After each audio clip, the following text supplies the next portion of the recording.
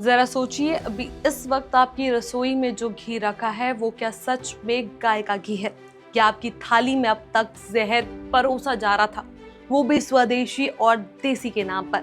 जी हाँ, सरकारी लैब की रिपोर्ट कहती है आपने जो पतंजलि का घी खाया वो घी था ही नहीं, सिंथेटिक, नकली और स्वास्थ्य के लिए बेहद खतरनाक। ये सिर्फ एक लैब की रिपोर्ट नहीं बल्कि दो सरकारी लैब रिपोर्ट कहती है, जिसमें साफ कहा गया है कि पतंजलि का घी खाने लायक नहीं है और यह सेहत को नुकसान पहुंचा सकता है। मामला इतना बड़ा है कि सरकार ने पतंजलि और उसके डिस्ट्रीब्यूशन कंपनियों पर जुर्माना भी लगा दिया है। सवाल यह है कि आखिर ऐसा कैसे हुआ? लोगों की सेहत के साथ ये खिलवाड़ क्यों और कैसे चल रहा था? आज इसी मुद्दे पर बात करेंगे हम इस वीडियो के अंदर। नमस्कार, मैं हूं चेष्टा नागर और आप देख रहे हैं द हिंदी टॉप। अभी आप अपने घर के किचन में जाइए और जरा ध्यान से देखिए, कहीं आपके डिब्बे में पतंजलि का घी तो नहीं रखा, क्योंकि देश में लाखों लोग जो मानते हैं कि स्वदेशी अपनाओ, देसी प्रोडक्ट्स को बढ़ावा दो, तो इसलिए सभी ने पतंजलि के प्रोडक्ट्स को इस्तेमाल करना शुरू कर दिया। लेकिन सबसे बड़ी सच्चाई ये है कि यदि आपने पतंजलि का गाय का घी खाया तो आपने असली घी नहीं बल्कि नकली, सिंथेटिक और पैमाने से नीचे क्वालिटी का घी खाया है। ये किसी विपक्ष की बात नहीं, कोई अफवाह नहीं, बल्कि एक सरकारी लैब की रिपोर्ट कहती है, जिसके नतीजे आने के बाद हंगामा मचा हुआ है। उत्तराखंड के खाद्य सुरक्षा और औषधि प्रशासन विभाग ने पतंजलि पर जुर्माना लगा दिया और ये फैसला एक नहीं बल्कि 2 लैब रिपोर्ट पर आधारित है। पहली रिपोर्ट रुद्रपुर की लैब में फेल हुई और जब कंपनी ने कहा कि दूसरी लैब से टेस्ट कराओ तो सैंपल को गाजियाबाद की नेशनल फूड लैब भेजा गया और वहां भी पतंजलि का घी फेल हो गया। अब आप जरा सोचिए, जिस घी को लोग धार्मिक भावनाओं से जोड़कर खाते थे, जिसे गौ माता के नाम पर बेचा जाता था, वही घी रिपोर्ट के अनुसार खाने लायक भी नहीं है। लैब रिपोर्ट में साफ लिखा गया है कि ये घी सेहत को नुकसान पहुंचा सकता है। ये मानव उपभोग यानी इंसानों के खाने के लायक नहीं है। यहाँ सबसे बड़ा सवाल उठता है कि जब जांच 2020 में हुई तो कार्रवाई 2025 में क्यों हुई? आखिर 5 साल तक मामला लटका क्यों रहा? पहली बात तो ये कि सैंपल 2020 में लिया गया था, लेकिन कार्रवाई 2024-25 में आकर हो रही है।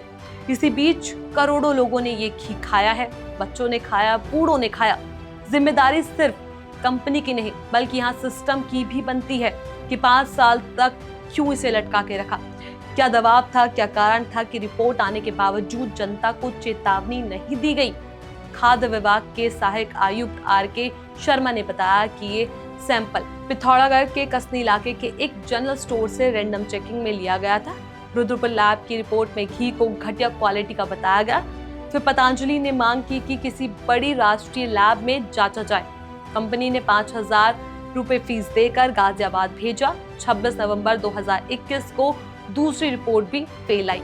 इसके बाद मामला कोर्ट में गया और कोर्ट ने कंपनी पर जुर्माना लगा दिया। पतंजलि आयुर्वेद लिमिटेड पर 1 लाख रुपए का जुर्माना, उसके डिस्ट्रीब्यूटर पर 25,000 और दुकान पर 15,000 रुपए का जुर्माना लगाया। लेकिन जैसे ही मामला मीडिया में आया, पतंजलि की ओर से एक स्पष्टीकरण जारी किया गया। उन्होंने कहा कि लैब NABL द्वारा मान्यता प्राप्त नहीं थी, इसलिए रिपोर्ट मान्य नहीं है। उन्होंने ये भी कहा कि घी के जिन पैरामीटर पर उन्हें फेल बताया गया, ये उस समय लागू नहीं थे, इसलिए रिपोर्ट अवैध है। पतंजलि का कहना है कि वे इस फैसले को ट्राइब्यूनल में चुनौती देंगे और रिपोर्ट गलत है। वहीं दूसरी तरफ राजनीतिक प्रतिक्रिया भी आने लगी। कांग्रेस की सुप्रिया सुनेत ने कहा कि पतंजलि का घी खाने लायक नहीं और दोनों लैब में फेल हुआ है। सोशल मीडिया पर मामला अब गर्मा चुका है। सबसे बड़ी विडंबना ये है कि बार बार विवादों में घिरने के बावजूद पतंजलि अपनी गलती मानने को तैयार नहीं होता। कोरोनिल दवाई आपको याद होगी कि कोविड के समय पतंजलि ने दावा किया था कि कोरोनिल कोविड-19 की दवाई है। बाद में कोर्ट ने फटकार लगाई और कंपनी ने सफाई दी कि ये इम्यूनिटी बूस्टर है। रोबजा वाला विवाद भी आपको याद होगा, जहां उन्होंने अपने शरबत प्रमोट करने के लिए धार्मिक भावनाओं का इस्तेमाल किया। अब घी का मामला सामने आ गया है। सवाल यह है कि आखिर कब तक लोगों की भावनाओं का इस्तेमाल कर उनकी सेहत के साथ खिलवाड़ किया जाएगा?